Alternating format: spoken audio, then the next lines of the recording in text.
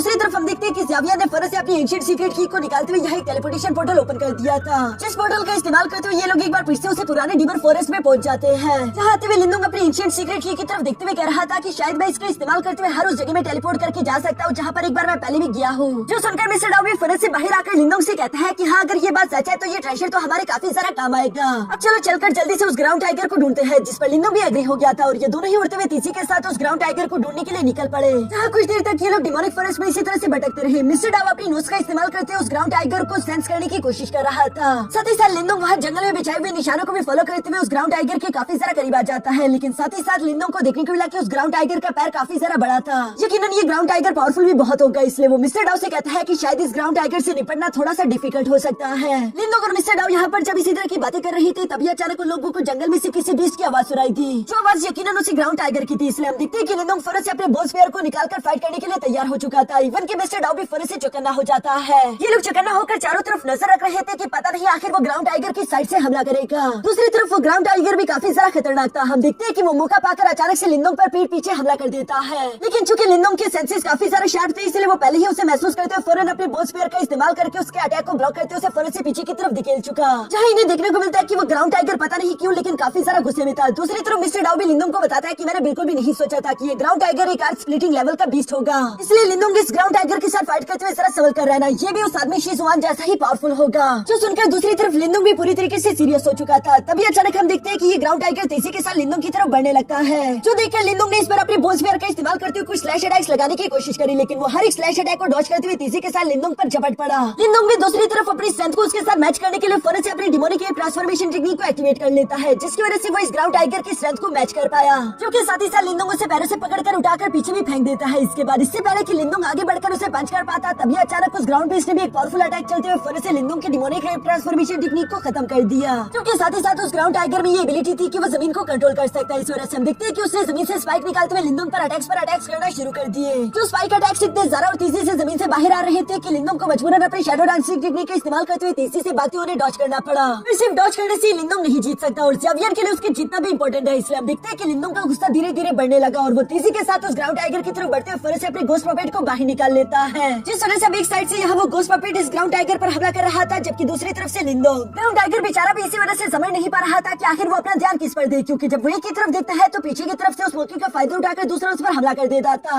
इस वजह से उसके भी गुस्से का पारा हाई हो गया और हम देखते हैं कि वो फौरन गोस्ट पपेट पर हमला करते हुए यहाँ अपने पंजे से उसे जोरदार हिट करते हुए पीछे की तरफ पटक देता है। ये करते हुए जब वो ग्राउंड टाइगर लिंदोंग की तरफ देखने लगा तब तक लिंदोंग ने अपने हेवनली प्रिजन पीक ट्रेजर को एक्टिवेट कर लिया था, जिसका वजन हजारों टन है और वो फौरन से इसे यहाँ इस टाइगर के ऊपर गिरा देता है, जिसके नीचे शुरू तो वो टाइगर दब चुका था, लेकिन इस टाइगर में इतनी ज्यादा ताकत थी कि ये पहाड़ को भी अपनी बॉडी पर उठा ले। इसी वजह से हम देखते हैं कि उसे धीरे धीरे करके लिंदोंग के ज़ुआनो प्रिजन पीक को उठाना शुरू कर दिया था, जो देखकर तो लिंदोंग भी हैरान हो जाता है और उसने अपने हेवनली प्रिजन पीक के प्रेशर को और भी ज्यादा इंक्रीज कर दिया, लेकिन फिर भी वो इस टाइगर को हरा नहीं पा रहा। जो सब देखकर मिस्टर डाओ भी फौरन से लिंदोंग के पास आकर कहता है कि लिंदोंग, तुम सिर्फ अपनी ब्रूट फोर्स का इस्तेमाल करते हुए इस टाइगर को कभी भी नहीं हरा पाओगे, इसलिए मैं तुम्हें सजेस्ट करता हूँ कि अपनी स्पिरिचुअल पावर और डिवोरिंग पावर दोनों को एक साथ कंबाइन करते हुए इस टाइगर को जकड़ने की कोशिश करो, शायद उसके बाद तुम्हारा काम बन जाए। जो सुनकर लिंदोंग कहते हैं कि क्या कहा तुमने, स्पिरिचुअल पावर और डिवोरिंग पावर दोनों को एक साथ। यहाँ वो अभी मिस्टर डाओ से ये सवाल कर ही रहा था कि तभी अचानक हम देखते हैं कि नीचे की तरफ उस ग्राउंड टाइगर ने लिंदोंग की प्रिजन पीक को अपने ऊपर से हटा दिया, साथ ही साथ वो गुस्से से धाड़ने भी लगता है, जो देखकर दूसरी तरफ लिंदोंग का गोस्ट पपेट एक बार फिर से अपने पैरों पर खड़ा हो चुका था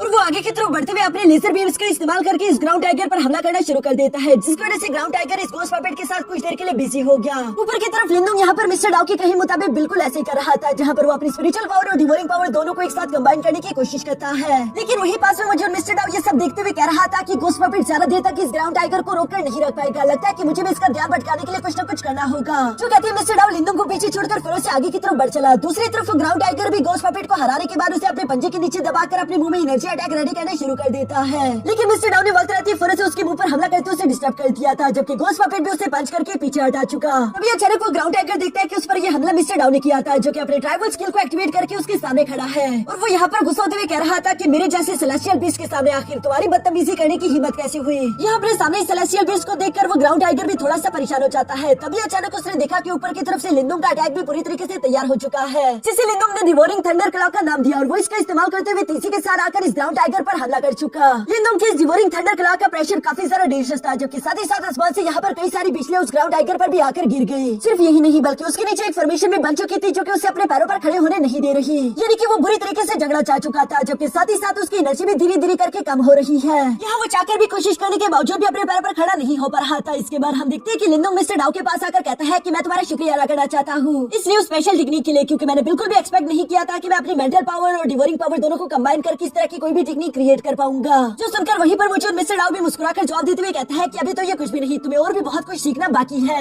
यहाँ जब ये दोनों इसी तरह की बातें कर रहे थे तभी अचानक नीचे की तरफ ग्राउंड टाइगर मिस्टर डाउ से कहता है कि आखिर तुमने ये क्यों किया? मैं तुम्हारे सेलेस्टियल ऑर्थोडॉक्स डियाओ क्लैन की बहुत ज्यादा इज्जत करता हूँ, इसलिए मैंने तुम पर हमला नहीं किया था, लेकिन फिर भी तुमने मेरे साथ धोखा किया। आखिर तुम इस इंसान की मदद क्यों कर रहे हो? जो सुनकर दूसरी तरफ लिंदोंग सरप्राइज होते हुए कहता है कि ये भी इस बात भी कर सकता है, मैंने ये बिल्कुल भी एक्सपेक्ट नहीं किया था। जिस पर मिस्टर डाउ जवाब देते हुए कहता है कि हाँ, इस टाइगर का पावर लेवल काफी ज्यादा हाई है, इसी वजह से ये इसके लिए पॉसिबल हुआ। क्या तुम मुझे नहीं देख पा रही? मैं भी चूंकि पावरफुल हूँ, इसी वजह से मैं बीस्ट होने के बावजूद भी इंसानों की भाषा बोल सकता हूँ। जहाँ जब लिंदोंग उसकी ये सारी बातें सुन ही रहा था तभी अचानक हम देखते हैं कि वो ग्राउंड टाइगर यहाँ लिंदोंग पर गुस्सा करते हुए कहता है कि तुम इंसानों ने मेरे बच्चों को जान से मार डाला सिर्फ अपनी कल्टीवेशन को इम्प्रूव करने के लिए। तुम इंसान बहुत ही सारा लालची और बेशरम हो। मिस्टर डाउ लिंदोंग तो खामोश होकर उसकी सारी बातें सुन रहे थे। जहाँ मिस्टर डाउ लिंदोंग को बताता है कि यकीनन वही डिमोनिक रॉक डायनेस्टी वाले लोगों ने इसके बच्चों को मारा होगा। जो सुनकर लिंदोंग ने भी हमें सर हिलाया और वो धीरे धीरे से उस बीच की तरफ बढ़ने लगा। जहाँ वो बीच लिंदोंग से कहता है कि चलो अब अपना काम पूरा करो, मुझे भी जान से मार डालो। लेकिन लिंदोंग उसे जवाब देते हुए कहता है कि नहीं, मैं यहाँ पर तुम्हें मारने के लिए नहीं आया, बल्कि मुझे तुम्हारी मदद चाहिए। मैं ये सब सिर्फ अपने इस दोस्त को बचाने के लिए कर रहा हूँ जो कहती है वो ज़्यावियान की बॉडी को यहाँ उस मॉन्स्टर के सामने पकड़ चुका। जो सुनकर दूसरी तरफ वो ग्राउंड टाइगर हैरान होते हुए कहता है कि ये टाइगर तुम्हारा दोस्त है। जिस पर लिंदोंग उसे जवाब देते हुए कहता है कि जब ये एक छोटा सा बच्चा था तब से मैं इसे पाल रहा हूँ, ये मेरे लिए किसी दोस्त से बढ़कर मेरे भाइयों की तरह है। जो सारी बातें उस ग्राउंड टाइगर को भी इमोशनल कर चुकी, इसलिए वो लिंदोंग से कहता है कि बताओ कि मैं तुम्हारी कैसे मदद कर सकता हूँ। जो सुनकर दूसरी तरफ लिंदोंग ने जवाब दिया कि ज़्यावियान को बचाने के लिए हमें तुम्हारा ब्लड चाहिए होगा।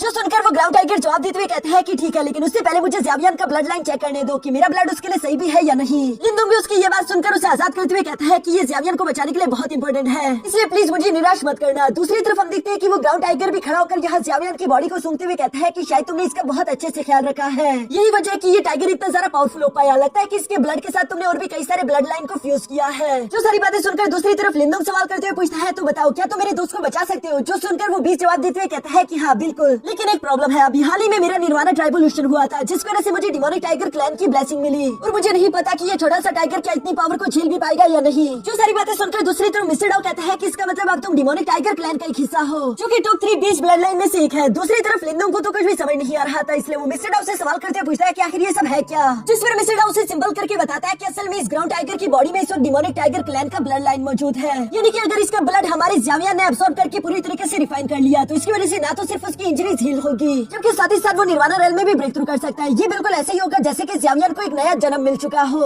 लेकिन इसका एक नेगेटिव पॉइंट भी था जिसके बारे में वो ग्राउंड टाइगर बताता है, लेकिन अगर ये छोटा सा टाइगर मेरे ब्लड लाइन की पावर को एब्सॉर्ब नहीं कर पाया तो इसकी वजह से ये मरकर पूरी तरीके से राख में बदल जाएगा। जो सुनकर तो लिंदोंग परेशान हो जाता है, लेकिन दूसरी तरफ लिंदोंग के पास ज़्यावियान को बचाने का कोई दूसरा रास्ता भी नहीं था, इसलिए वो ज़्यावियान को सामने की तरफ करते हुए कहता है कि मुझे ज़्यावियान पर पूरा भरोसा है। ये सुनकर दूसरी तरफ वो ग्राउंड टाइगर भी फौरन से अपने ब्लड एसेंस को बाहर की तरफ निकालते हुए लिंदोंग के हवाले कर चुका, जिसके बाद वो यहाँ से जाते हुए कहता है कि मैं भी बस यही उम्मीद करता हूँ कि तुम्हारा ये छोटा सा टाइगर मेरी ब्लड एसेंस को एब्सॉर्ब करके सर्वाइव कर ले। जो कहने के बाद वो ग्राउंड टाइगर तेजी के साथ यहाँ से निकल जाता है। दूसरी तरफ लिंदोंग को एक बात समझ नहीं आ रही थी कि आखिर ये ग्राउंड टाइगर इतनी आसानी के साथ अपने ब्लड एसेंस को देने के लिए एग्री कैसे हो गया, जिस पर मिस्टर डाउ जवाब देते हुए कहता है कि शायद वो ज़्यावियान में अपने बच्चे को देख पा रहा होगा, इसी वजह से। लिंदोंग भी उसकी ये बात सुनकर जवाब देते हुए कहता है कि ठीक है, अब चलो हमें कोई ना कोई सेफ लोकेशन ढूंढनी होगी जहाँ पर ज़्यावियान इस ब्लड एसेंस को रिफाइन कर सके और तब तक हम उसकी बॉडी के आसपास रहते हुए उसे प्रोटेक्ट करने की कोशिश करेंगे। जिस पर मिस्टर डाउ भी एग्री हो गया था और ये लोग तेजी के साथ एक सेफ लोकेशन ढूंढना शुरू कर देते हैं, जो कि कुछ देर की कोशिशों के बाद आखिरकार इन्हें मिल भी गई थी। उस केव के अंदर रहते हुए मिस्टर डाउ यहाँ पर उस ब्लड एसेंस को धीरे धीरे करके ज़्यावियान की बॉडी में इंजेक्ट कर रहा था,